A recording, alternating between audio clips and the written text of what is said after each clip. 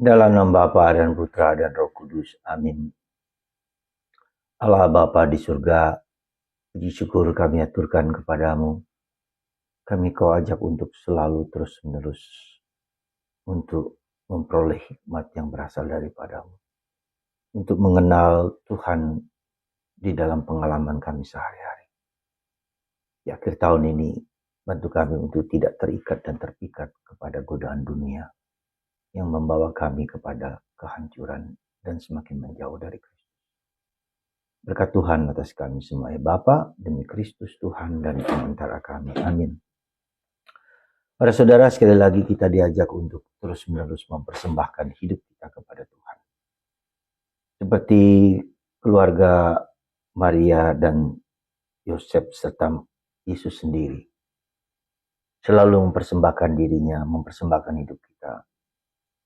Pikiran, perasaan, hati, dan budi kita dengan segala situasinya.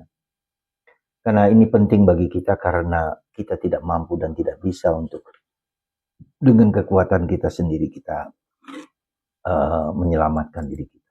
Justru karena itulah maka Tuhan datang kepada kita supaya kita diselamatkan berkat kuasa Yesus Kristus. Itu yang pertama.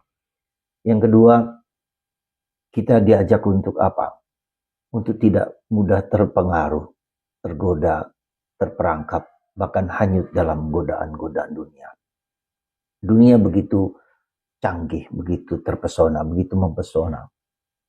Yang sebelumnya tak dapat kita lihat, sekarang kita mampu lihat dengan cara yang cepat, dekat, dan penuh hiburan, penuh kekuatan. Pasti itu baik, pasti. Dan itu menjadi sarana pewartaan. Tapi juga jangan lupa, itu juga membawa kita kepada keterikatan kepada pengaruh-pengaruh duniawi ini. Ya.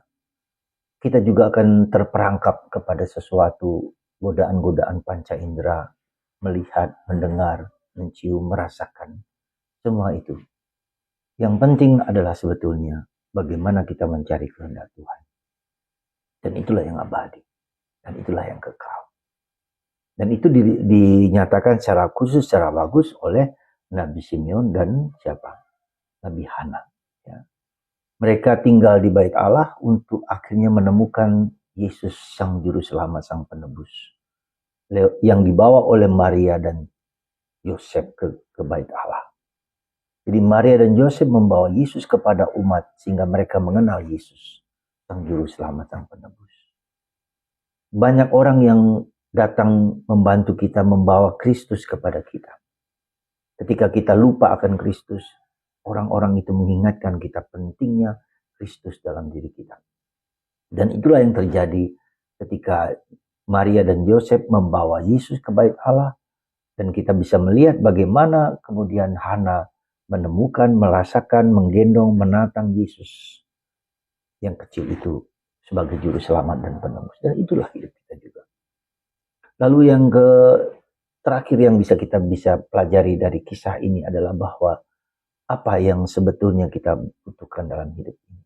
Ya, kita konsisten, harus setia, harus tekun, bahkan sampai tua sekalipun. Ya. Dan tujuan dari seluruh hidup kita itu adalah supaya kita menjadi bijak, penuh hikmat. Sekali lagi, bijak dan penuh hikmat. Menjadi besar, menjadi tangguh, menjadi kuat.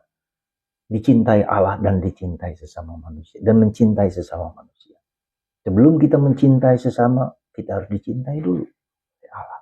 Pengalaman dicintai oleh Allah. Dan itulah yang menjadi fokus dari kehidupan kita. Sejauh mana saya dicintai Allah.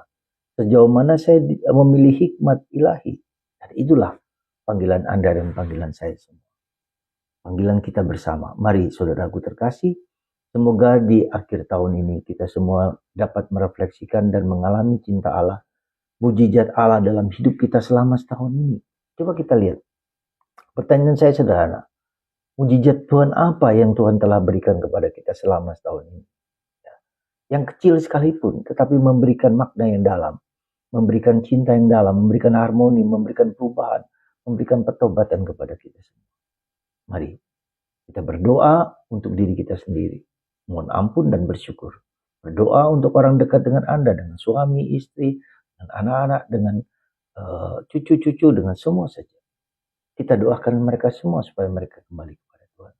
Doa kita, doa Anda pasti bermanfaat bagi keluarga Anda. Tuhan memberkati Anda semua. Di akhir tahun ini dengan berkat karunia yang melimpah, dan bagi Anda yang sakit, menderita, karena apapun diberi karunia yang melimpah dari Tuhan. Dan mengalami kasih Tuhan dalam hidup Anda. Bapa, Putra, dan Roh